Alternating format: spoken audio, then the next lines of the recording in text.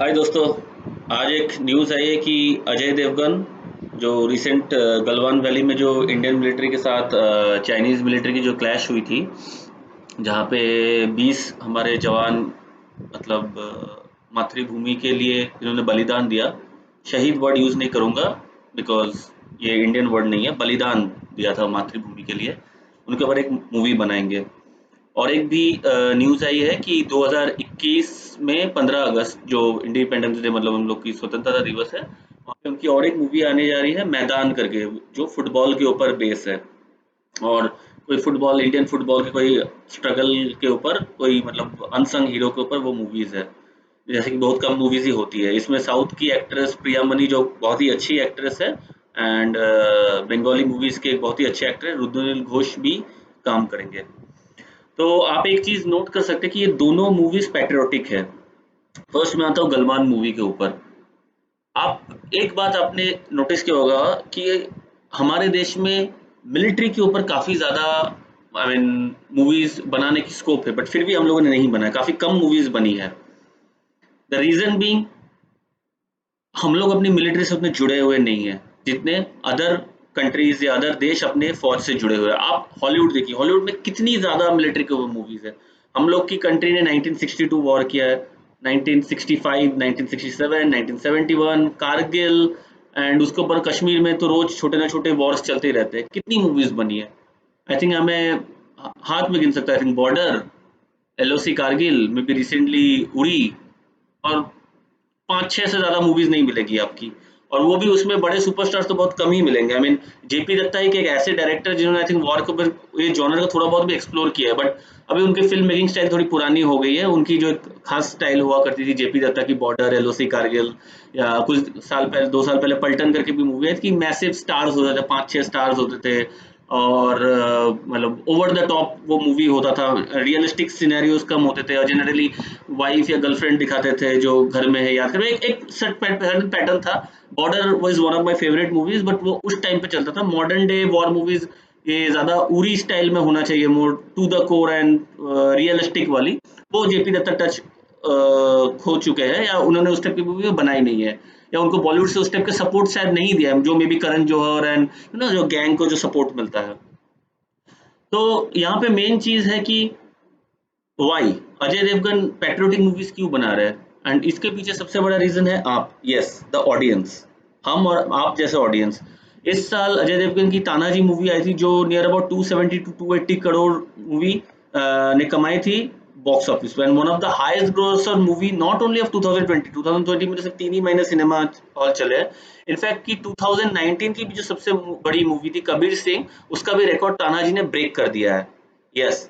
तो आप अगर अजय देवगन की करियर देखेंगे, अजय देवगन के सिंगल सोलो हिट फिल्म्स मतलब उनके आई थिंक वो लास्ट 30 ईयर से बॉलीवुड में काफी कम है। आई मीन कुछ ही है, आई मीन सिंगम सीरीज हुआ, या उनकी जो गोलमाल सीरीज हुई, बट गोलमाल सीरीज की कहानी आपको पता है। आई थिंक फर्स्ट गोलमाल थोड़ी बहुत भी अगर थी, बाकी तो गोलमाल मतलब बेकार ही थी। सिंगम सीरीज भी उन्होंने साउथ से कॉपी करके वो कॉपी पेस्ट पूरा वो मारा है, and over the top action है उसमें, जो ऑल्दो मसाला फिल्म है, एंजॉयबल है, बट वो साउथ का पूरा कॉपी पेस्ट किया। या उन्होंने गंगा जल और प्रकाश झा के साथ कुछ मूवीज, या हम दिल दे चुके सनम, बट वो उतना मास अपील नहीं किया था।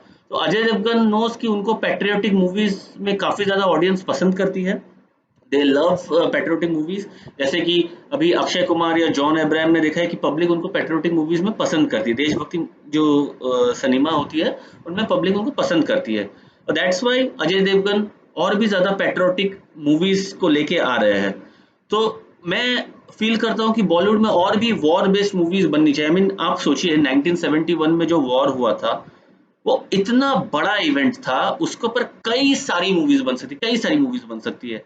आई मीन वो वॉर में हमने पाकिस्तान को दो हाफ कर दिया था। आप समझ रहे हैं ना, अगर कोई कंट्री इंडिया को दो हाफ कर दे।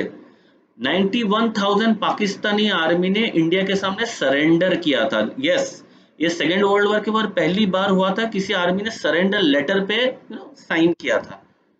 इतने बड़े इंसिडेंट के ऊपर कोई मूवी नहीं है, कोई मूवी नहीं है। Can you believe it? Kargil, चलो कारगिल ले लेते, कारगिल के ऊपर कितनी मूवीज बनी है। एक एलओसी कारगिल बनाई थी जेपी दत्ता ने, which was not at all a good movie. और लक्ष्य मूवी थी जो फरहान अख्तर की थी, although Lakshya was not entirely military movie, वो मतलब part army movie and part वो boyhood to manhood and soul searching वाली मूवी थी, बट चलो वो भी लिखते हैं। तो 1.5 मूवीज बनी, एक और आधा, इतनी बड़ी कारगिल वॉर के ऊपर।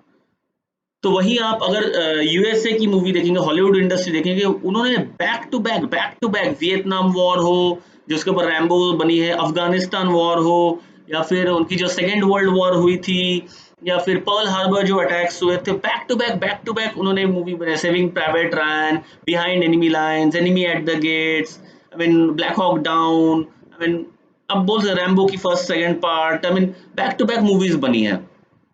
कुछ साल पहले आई थी अमेरिकन स्नाइपर करके एक मूवी, और भी है काफी सारा, मुझे नाम सारे याद नहीं आ रहे। एंड जो स्पाई थ्रिलर्स भी जो मूवी है, आप जेम्स बॉन्ड सीरीज की बात करिए, बॉर्न अल्टीमेटम सीरीज की बात करिए, या फिर आपकी कोई भी स्पाई, इनफैक्ट मिशन इम्पॉसिबल में हमेशा आइदर इट्स रशिया और कम्युनिस्ट कंट्रीज को ही विलन दिखाया गया है। तो मूवीज सिर्फ आपके देश या आपके एंटरटेनमेंट के लिए नहीं होती है, ये बाहर के वर्ल्ड को भी एक बहुत बड़ा पिक्चर देती है। जैसे हॉलीवुड मूवीज ने कंटिन्यूअस कम्युनिज्म एंड रशिया को विलन दिखाया गया, इसलिए 99% लोग सोचते हैं कि कम्युनिज्म इज बैड, या रशिया खराब है, या रशिया हमेशा स्पाइस छोड़ता है, हमेशा चीजों को खराब करने की कोशिश करता है। तो मूवीज एक बहुत बड़ा रोल प्ले करती है बाहरी दुनिया में आपका कैरेक्टर बिल्डअप करने के लिए। तो मूवी आपको एक लाइक ना, it's like a soft power. आप जो मूवीज के थ्रू प्रेजेंट करते हो वो सिर्फ इंडिया में नहीं है, आप अभी जैसे Netflix, Amazon and online internet का जमाना है, किसी भी कंट्री की मूवीज कोई भी देख सकता है। ऐसे मैंने ही कुछ महीने पहले नॉर्थ कोरियन साउथ कोरिया वार के ऊपर एक मूवी देखी थी, बर्लिन फाइल्स करके, आई थिंक नाम था उसका, या एग्जैक्ट नाम याद नहीं रहा।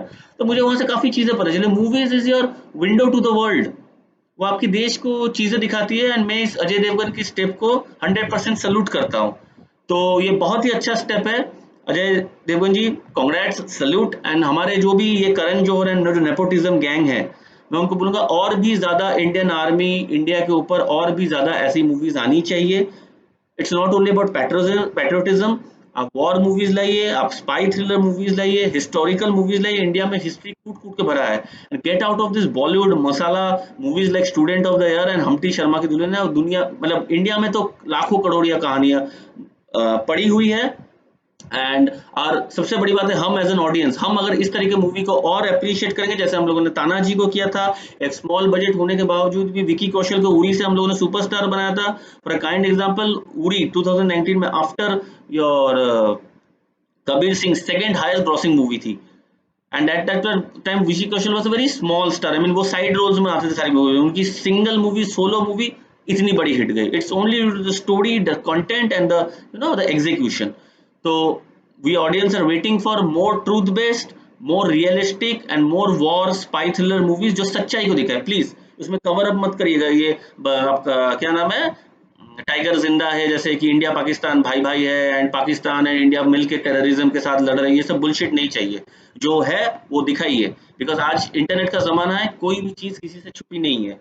अगर आप बुलशिट प्रोपागेंडा दिखाएंगे, अगर आप झूठ मूठ का दिखाएंगे कि ये मेरा भाई भाई है, वो मेरा भाई भाई है, लोगों को पता चले। जो हकीकत है, जो सच्चाई है, वही दिखाइए। एंड फिर ये हमारी जैसे ऑडियंस की रिस्पॉन्सिबिलिटी है कि आपकी मूवी को जबरदस्त सुपरहिट ब्लॉकबस्टर करे। जय हिंद।